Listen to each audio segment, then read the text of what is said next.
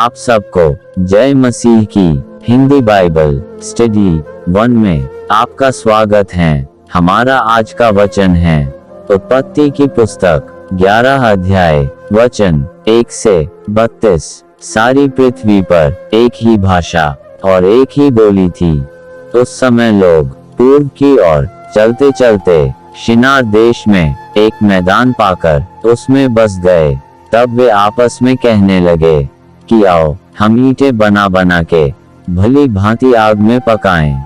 और उन्होंने पत्थर के स्थान में ईंट से और चूने के स्थान में मिट्टी के गारे से काम लिया। फिर उन्होंने कहा, आओ हम एक नगर और एक गुम्मट बना लें, जिसकी चोटी आकाश से बातें करे। इस प्रकार से हम अपना नाम करें, ऐसा न हो कि हमको सारी पृथ्वी पर फैलना पड़े। जब लोग नगर और गुम्मट बनाने लगे, तब इन्हें देखने के लिए यहोवा उतर आया।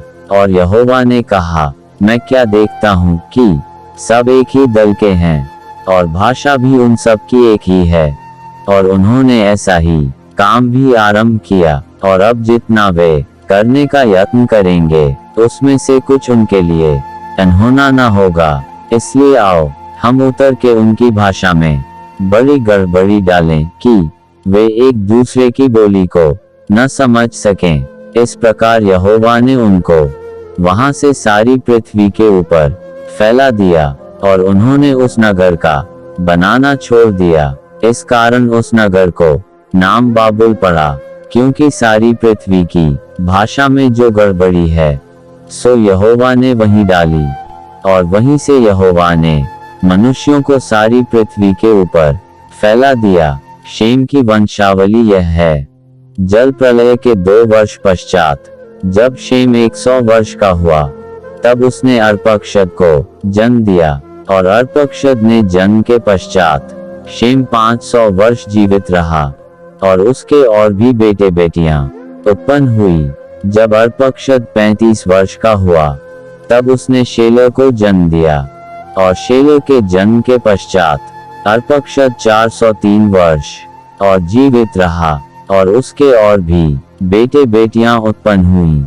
जब शेलह 30 वर्ष का हुआ, तब उसके द्वारा एबेर को जन्म हुआ। और एबेर के जन्म के पश्चात शेलह 403 वर्ष और जीवित रहा। और उसके और भी बेटे बेटियां उत्पन्न हुई।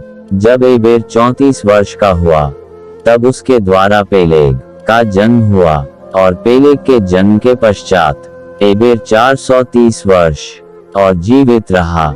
और उसके और भी बेटे बेटियां उत्पन्न हुई। जब पेलेग 30 वर्ष को हुआ, तब उसके द्वारा रू का जन्म हुआ। और रू के जन्म के पश्चात पेलेग 209 वर्ष और जीवित रहा। और उसके और भी बेटे बेटियां उत्पन्न हुई।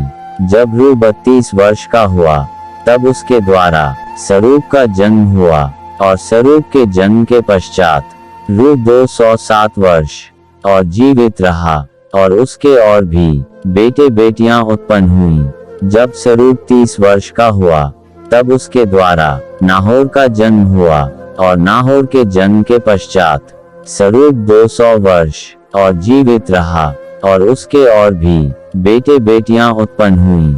जब नाहोर 29 वर्ष का हुआ, तब उसके द्वारा तेरह का जन्म हुआ।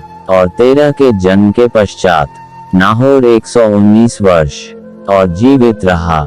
और उसके और भी बेटे बेटियां उत्पन्न हुई। जब तक तेरह 70 वर्ष का हुआ, तब तक उसके द्वारा अब्राम और नाहोर और हारान उत्पन्न हुए। तेरह की यह वंशावली है।